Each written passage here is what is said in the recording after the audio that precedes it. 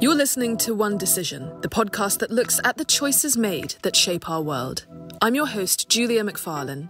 And I'm Richard Dearlove, former Chief of British Intelligence, otherwise known as MI6. And together we speak to the key decision makers, influencers and experts behind the biggest decisions in our world today. When Alexei Navalny, the Russian opposition leader and Putin's longtime nemesis, was poisoned by Novichok smeared onto his underpants by FSB officers in Siberia back in 2020, one would have thought he'd be forgiven for choosing to live in exile, away from the clutches of a murderous regime. He survived the assassination attempt, having received treatment in Germany. But then, incredibly, he decided to fly back to his homeland. An act of courage and determination that won him admiration around the world. Surely he knew, and his family must have known, this decision would lead to certain death. It now appears to have done, with reports that Navalny died suddenly last week after a walk while serving in a notorious Siberian penal colony, nicknamed Polar Wolf for its location in the Arctic Circle. This week, we look at two longtime Putin critics and opposition figures. One of them met his end, as you've just heard, but the other chose a different path, seeking refuge in the United States, continuing to criticize Putin from arm's length, but will, hopefully, continue to do so for many years to come. He is the former Russian grandmaster, world chess champion Garry Kasparov. We had an incredible discussion with him, and I cannot wait for you to hear it. But first, we will look at the death of Alexei Navalny and what it means for the anti-Putin movement in Russia. Richard, what came into your mind when you first heard of the news? I suppose I would say that I wasn't surprised, which is a rather tragic thing to have to say, because I think Navalny himself knew his days were numbered, and I think the rest of us who followed him closely realised that he probably would never come out of that penal colony. And that's what's proved to be true. I think, in a way, it is probably a seminal moment in judging Russia and judging Putin, because if we had any doubts about the nature of Putin's regime, they should have been removed by this dastardly and aggressive event. But it also, I think, shows that Putin must have in his makeup an element of insecurity. Why, if Navalny's locked up in a penal colony in Siberia, do you bother to kill him? He's still a symbol. And I think the other extraordinary thing, and in a way this is Putin's rather adverse achievement, is the stunning indifference of the majority of the Russian people towards what has happened. And I find that really overwhelming. In which other country would the population be so submissive and watch the opponents of this dreadful dictator be rubbed out one after the other? I want to pick you up on that. I do want to look at what this whole thing could possibly indicate about Putin's state of mind and his position. But what you just said about the perceived indifference is very interesting, because a lot of people have been speaking recently. I think Arkady Ostrovsky, who is the Russia editor of The Economist, and Marina Litvinenko, who is the widow of Alexander Litvinenko, who was assassinated by the FSB several years ago. Both of them have been hearing from people in Russia. I heard from both of them that the mood in cities in Russia, like in St. Petersburg and in Moscow, people have been reacting to the news of the death of Alexei Navalny by mourning, by placing flowers at the spot on the bridge outside the Kremlin where Boris Nemtsov was assassinated when he was shot. When was that, 2014 or 2015, around then? And that's turned into a kind of very symbolic location for Russia's martyrs. And people have made the observation that all of the anti-Putin Russians have emigrated. They have left. The people who tend to form the opposition have left.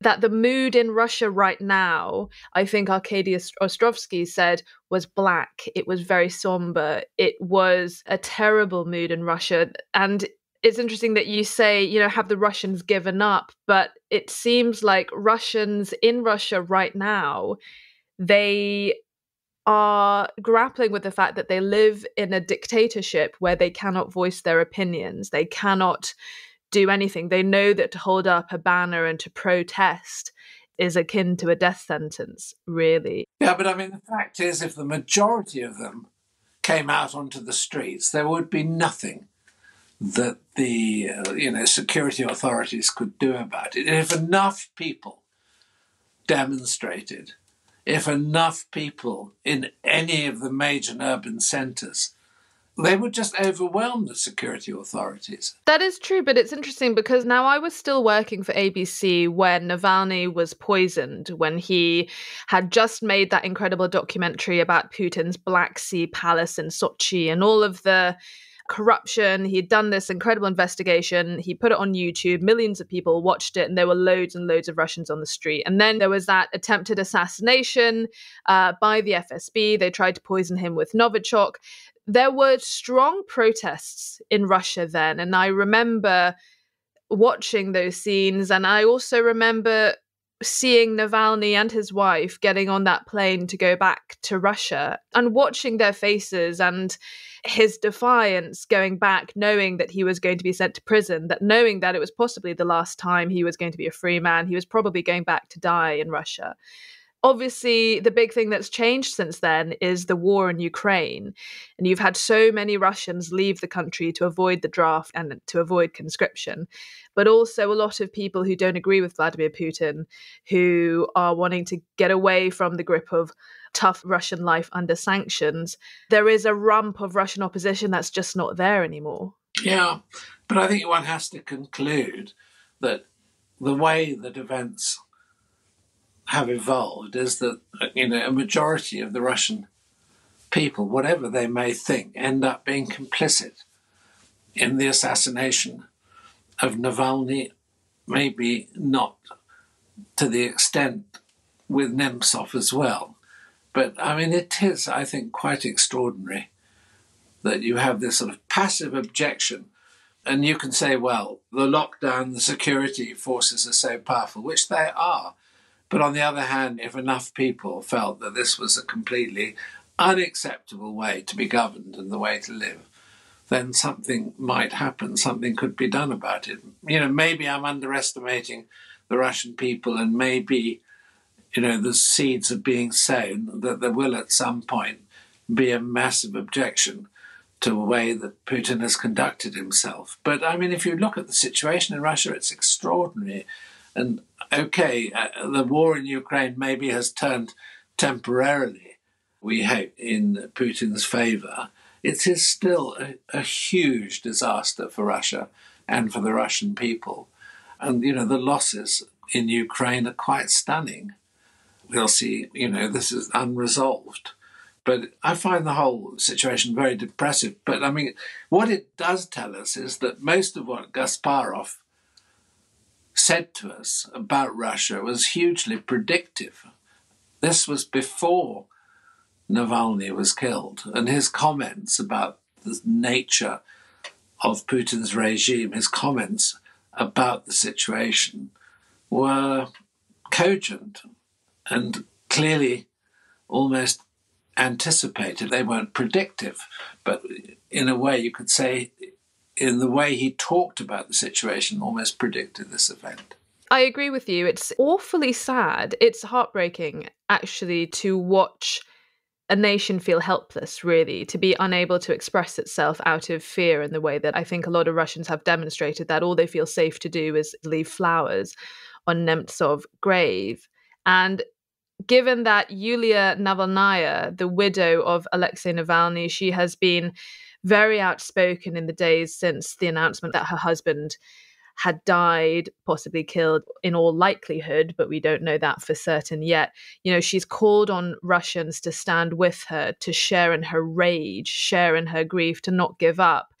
And it appears, at least for now, that that is not being met with the kind of protests of solidarity that we have seen before.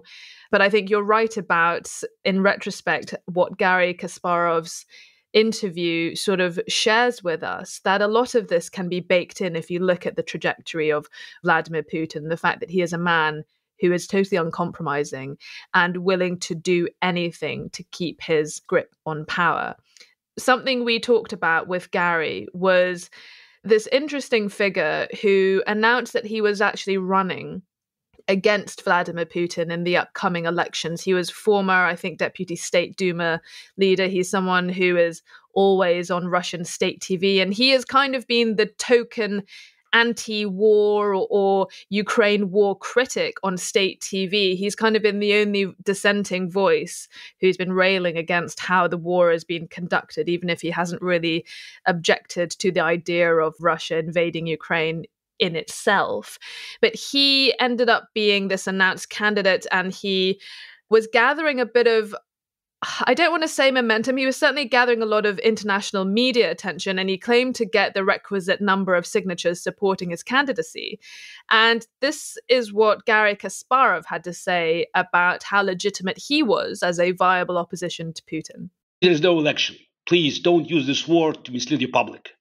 Because today Kremlin is solving one problem. It's to fight back against claims that Putin is illegitimate. I've been collecting signatures and many people signing them around the world. That regime is illegitimate. The only way to fight back, from the Kremlin's point of view, is to create an illusion of a competition. So this is a great opportunity for FSB. It's to collect data. Because now people are signing, they're basically, just expressing their disagreement with Putin. So phenomenal opportunity. So all you have to do is just collect signatures and make sure that these people now are being watched because they are signing for a candidate who is somehow opposite to Putin. What's happening with the war in Ukraine and the tide seeming to turn in Putin's favor, the assassination of Prigozhin, the granting of that rare interview to American TV host Tucker Carlson, the disqualifying of the only opposition candidate running against him in the elections, and now the supposed killing of Alexei Navalny, who was stuck in prison in Siberia. I mean, he was hardly posing a threat to Putin just before the elections. It's not like he's been inspiring protests against him as he used to. I'm not the most qualified to have an opinion on this, but my gut tells me that Putin is doing all of this because he's paranoid. I absolutely opt for paranoia, not for Putin expressing his strength. If he wasn't paranoid, he wouldn't need to do anything about Navalny. Navalny, alive in a prison camp, is neutralized, even though he might appear still to be a magnet. But in a way, you could now argue that Navalny's wife, who has just given this extraordinary speech at the Munich Security Conference, becomes a new focus and a new and powerful emotional focus for opposition to Putin. So I think we're dealing with paranoia. I mean, maybe it takes us back to the issue of Putin's health. And I'm still of the view that there's something wrong with him. And I just wonder, given these events, whether all is as it seems to be inside the Kremlin. There must be tensions and problems in those immediately around Putin. And we had strong evidence of that with the Prigozhin issue. So you've got Prigozhin, you've now got Navalny. Okay, it may be dangerous to overinterpret these events, but there's something, in my view, more happening than we can see at the moment. Thanks, Richard. Well, as promised, here's our conversation with Garry Kasparov, renowned Putin critic and former Russian chess grandmaster. Garry Kasparov, thank you so much for joining us in One Decision. It's great to have you on the programme. I just want to introduce you to my co-host, Sir Richard Dearlove, the former chief of Britain's MI6, and I believe the two of you have met before. Yes, that is correct. We met at the Hudson Institute in New York and had dinner together. I can't remember. It was quite a long time ago, though, Garry, I think. Yeah, I do remember, but the problem with anything that happened, before COVID, it's now has become very blurry. So when it was 6-7 years ago, I think it was, it's after annexation of Crimea, but I'm not so sure. Yeah, I think it was around that time because around that time, yes. Yeah, I did an interview and a discussion, and you were there, and then we dined afterwards. So anyway, it's a privilege to be with you again. Thank you. Garry, I want to start off this conversation just by going all the way back to the beginning. You grew up in Imperial Russia, in Baku, now Azerbaijan, in what was then the USSR.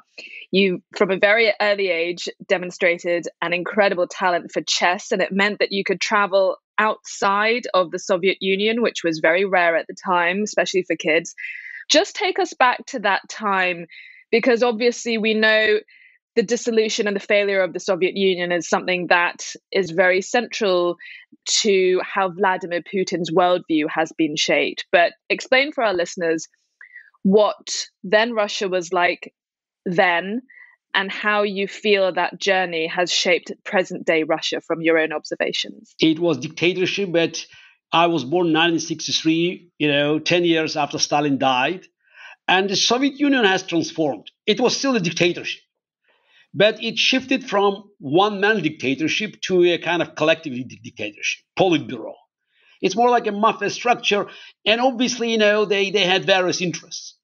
So, and I wanted to emphasize it, because when we look at today's dictatorships, like Russia, China, Iran, North Korea, it's very important to understand whether it's purely ideological dictatorship or it has one strong man, one leader on top of that. Russia today is one-man dictatorship. It's a fascist dictatorship with one man on the top. China actually has been shifting from collective dictatorship to a same story. North Korea was always, for 3 generations, it's one-man dictatorship. Soviet Union in the 70s, early 80s, was not in a transformation stage yet, but it showed sign of, I think, ideological exhaustion. People didn't believe in it. So the ideology was there, but there was no passion. So it was like, shell, but empty shell. And we could feel it. Obviously, power of inertia. So nobody thought, it would collapse one day. But I remember that in early 80s, people talked about some sort of reforms. Obviously, we didn't know what kind of reforms. Many people, myself included, believed that maybe we have to go back to what they call Lenin's norms. Lenin was good, Stalin was bad. Again, it took a few years to actually for this illusion to disappear. But clearly, the Soviet Union was a vibrant society, somehow vibrant. And, we had theaters, we had movies, closed compared to the free world, but still not North Korea. I could listen to Voice of America or Radio Liberty. Yes, after invasion of Afghanistan, they tried to jam it. But still, there were many channels. So I think that the Soviet Union was already pregnant with the changes that happened under Gorbachev.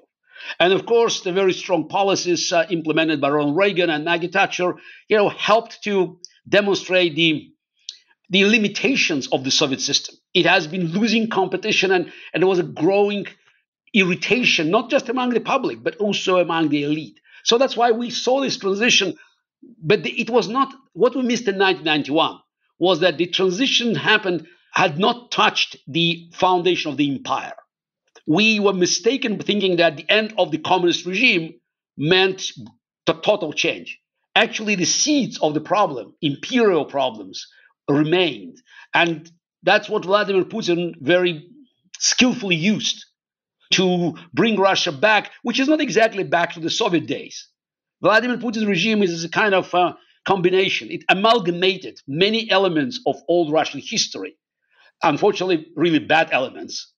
And it created this explosive combination that is the existential threat to the free world today. I wanted to ask Garry one practical question. Does he think that Putin has a health problem? And if he does, who amongst his successors? I mean, there must be some, I wouldn't say succession planning, but there's probably a sense amongst his immediate entourage. So if something happens to him or is happening to him, that there would be a replacement. I mean, the person I've always thought was most likely, who I met when he was head of the FSB, and he's a pretty sinister character, but able, clever man, is Patrushev. But I don't know what Garry thinks about that. No, I agree with you that Patrushev is probably, the man who is calling the shots. We at one point we had, rumors about Putin's being dead and Patrushev basically speaking a ruling country on his behalf. And I'm always reluctant to discuss Putin's health because I don't know. The health of a dictator is one of the most important and most guarded state secrets. Is he well? Is he unwell? Looks unwell to me. Does he have doubles? Most likely. But I can talk about number of tanks Americans do have and don't want to send to Ukraine. Or about, Nadezhdin. Or about, the financial aid to Ukraine. Because we can operate with numbers.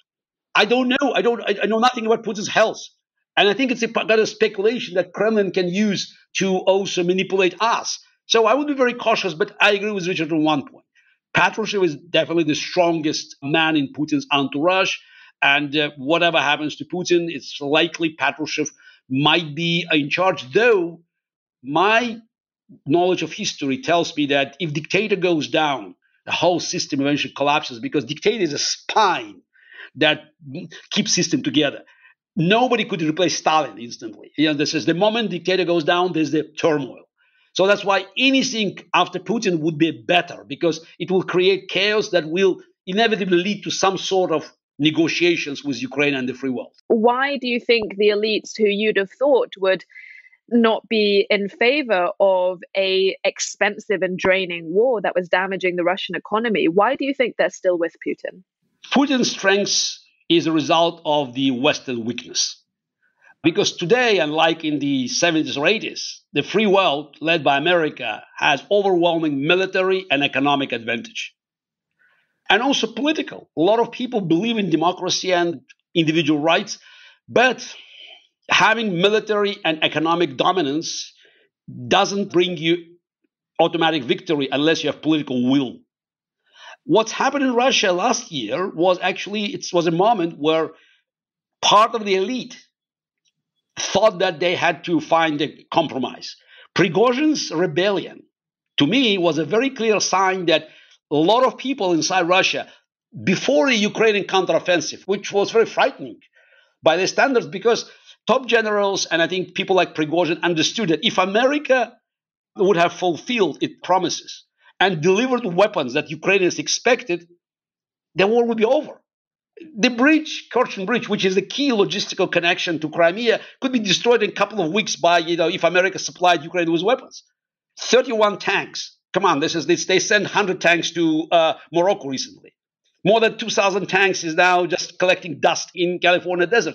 So America had all resources for the war to be won by Ukraine. So that's why Prigozhin tried to send this message, stop that damn war. It's a big business. Let's go back. But what's happened afterwards? It failed. What Putin saw and people around him, the free world was not ready to provide Ukraine with all the weapons. Okay, I say that Britain does whatever it can. But it's probably the only exception in Western Europe. Eastern Europe is trying, but they don't have these weapons. America, Germany, we don't want to waste our time even making comments about it. So today, they believe Putin is on the winning side. And also, Russian economy is a war economy, and they're benefiting. It's a huge business now. And as for sanctions, okay, be my guest. Sanctions is a golden mine because all the sanctions are just being, evaded, and it's a huge business. 70 to 80% of Russian drones now have Western technology. By the way, mainland America.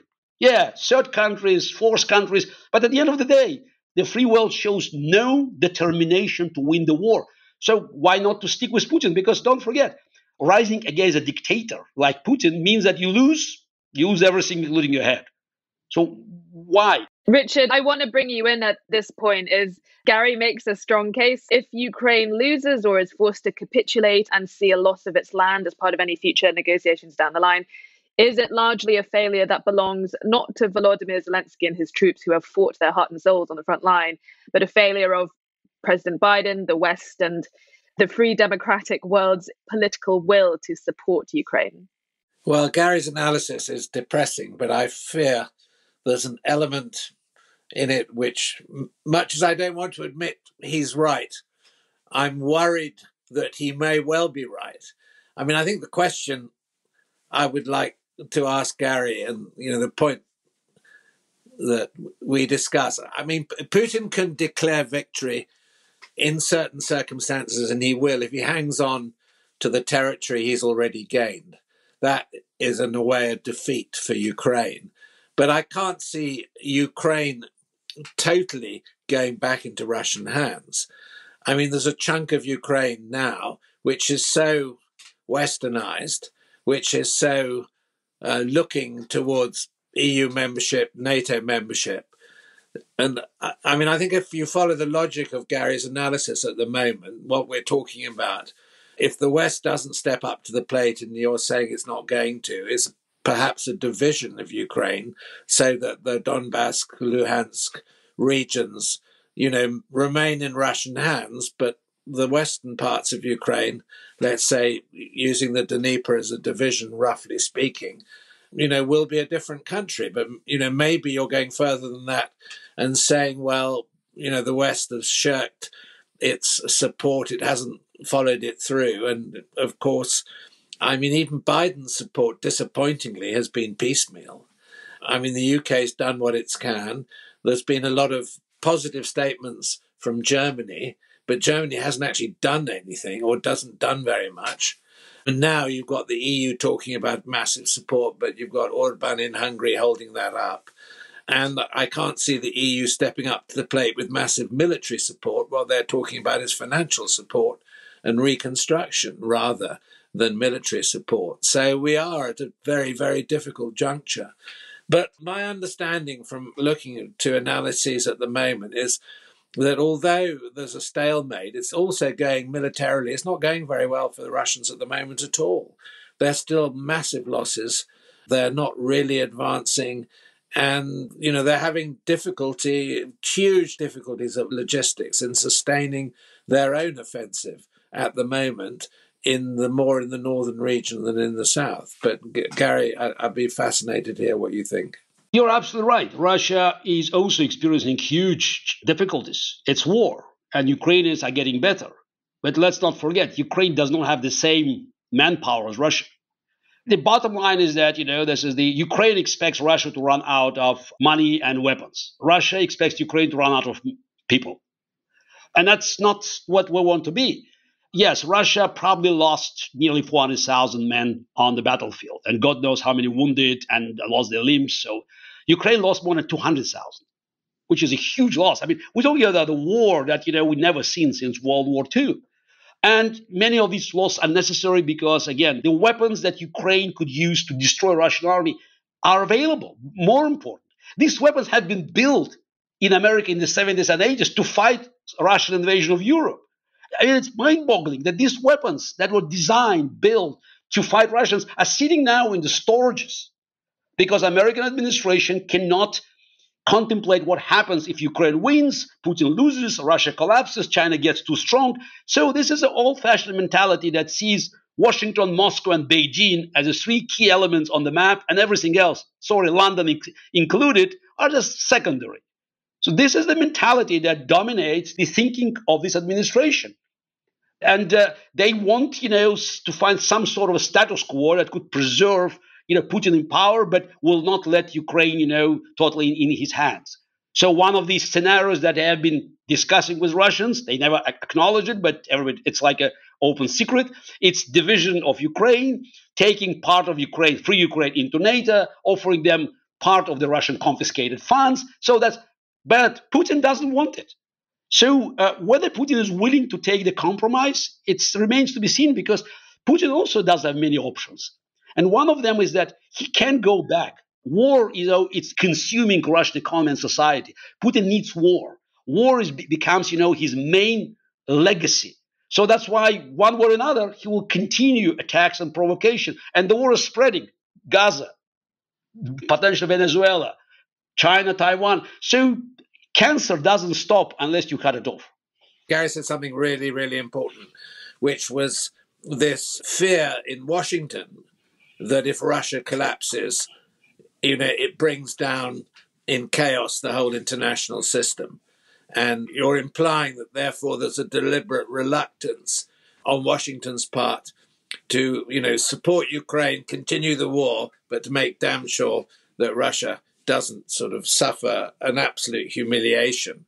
And I think this is crucially important. I mean, personally, I don't know whether that's true. I'm suspicious that it might be because, as you say, there are three players. Okay, Russia is in decline. China is rising fast, but Russia isn't finished yet. And it's far from being finished, and probably because of the strength of its culture, it will never, disappear as a significant player. Look, as for Russia doesn't disappear, I agree with you. I'm Russian, and I believe one day we can come back and make our country, a proper member of the family of civilized nations, and for Russia to become part of the global solution rather than a permanent headache and a troublemaker. But I don't think that we should see future Russia within the same geographical borders. It could shrink. There's nothing wrong about it. Because what's happened in 1991 was not a collapse of the empire, but sort of empire shrank. Many elements of this empire, they just walked on their own. But we still have elements of Russian Federation that might follow former Soviet republics like Tatarstan or Chechnya, North Caucasus. So even maybe something in the Far East. So we don't know. I don't think we have to foresee the future of Russia necessarily, as the same territory from Kaliningrad to Vladivostok. Yes, I think Russia should stay, but sooner we start changing Russia, it's better for us because we'll still have a chance to reform it without total collapse. That's why, I'm helping Ukrainians, and I believe that the only way for Russia to revive is for Ukraine to win, and the only way for Russians to lose the idea of the empire, because you have to kill the idea in their minds, is Ukrainian flag raised in Sevastopol. That's the only message that can eliminate all illusions about reconstruction of the great empire that is still, unfortunately, is playing a very important role in Russian cycle. You've spoken to the BBC about how the keys to the freedom of your country are in places like New York, in the banks and the financial institutions, which are keeping and investing in the fortunes of Putin's cronies. Talk to us about that. If that's true, why wouldn't America, the government there, enforce action on that? Look, we could separate, the sanctions and the money. There is the considerable amount of Russian money, sovereign funds, that froze in the Western banks. The question is that nobody knows the exact amount. It started with $350 billion. Now it's about $300 billion. But anytime I ask, I receive different answers, which is quite amazing that it's quite a substantial sum. But when in America, the variations of the Russian funds frozen and controlled by U.S. Feds are ranging from $5 to $38 billion, that makes me feel uncomfortable. But another problem is about sanctions. So yes, there are 12 packages of sanctions, and the 13 is coming from European Union. America also imposed sanctions. But the problem is that, sanctions can be easily evaded since nobody banned export to Russia via third countries. So unless the free world shows political will and a decision to stop this export via Kyrgyzstan, Kazakhstan, Georgia, Republic of Georgia, Turkey, nothing will happen. So we see that Central Asian countries like Kyrgyzstan, they experienced, 10, 20 times rise of export coming from countries that support Ukraine, like Germany, Estonia, Finland, Latvia, Poland. How can you stop it? It's a free world. It's a business. Before I hand over to Richard for last question, I have my last question to you is, as former world champion, grandmaster of chess, a lot of people, at least before this disastrous invasion of Ukraine, before that, a lot of people would say that Putin was so strategic, he is like a 4D chess player. How do you feel about that statement, that impression that people used to have of Putin, that he was this 4D chess master? I used to answer this question many times, and my answer doesn't change with time. I have to defend the integrity of my game. Vladimir Putin is not a chess player because the game of chess is a strategic game with the rules. You make a move, I make a move, and we play by the same rules. Vladimir Putin doesn't play as any dictator. The games where information is 100% available. If you want any comparison between Vladimir Putin and his strategies and his actions with the board game, take poker. He's very good in bluffing. He always bluffed, having weak hand, but he learned that the other side, had nothing better than to fold the cards. So Vladimir Putin's bluff is now his signature trait. And I think, his hand hasn't improved. But so far, we see no political will to call his bluff, which could be done many times. And we missed opportunities. And now, again, the stack of money on the table keeps growing, which means the price we'll pay is getting higher and higher. Unfortunately, for many countries like Ukraine, this price now is measured not in money, but in blood. I'm intrigued to know whether people are willing to play chess with you, Garry. Depends on definition of people, word people. And also depends on definition of play, because when people ask me, Mr. Kasparov, do you still play chess? I say, I'm not sure I can say I do play chess, though I play chess on the internet. I just, I do exhibitions. But for me, playing means professional engagement. I stopped playing chess professionally 18 years ago, almost 19 years ago. And now I still have this passion for the game. I've been playing chess since I was 5 or 6.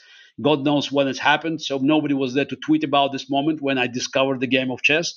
But it's no longer professional. I even sometimes, abuse my fame and just, force myself into competition with top players. I do very poorly, but I still enjoy it.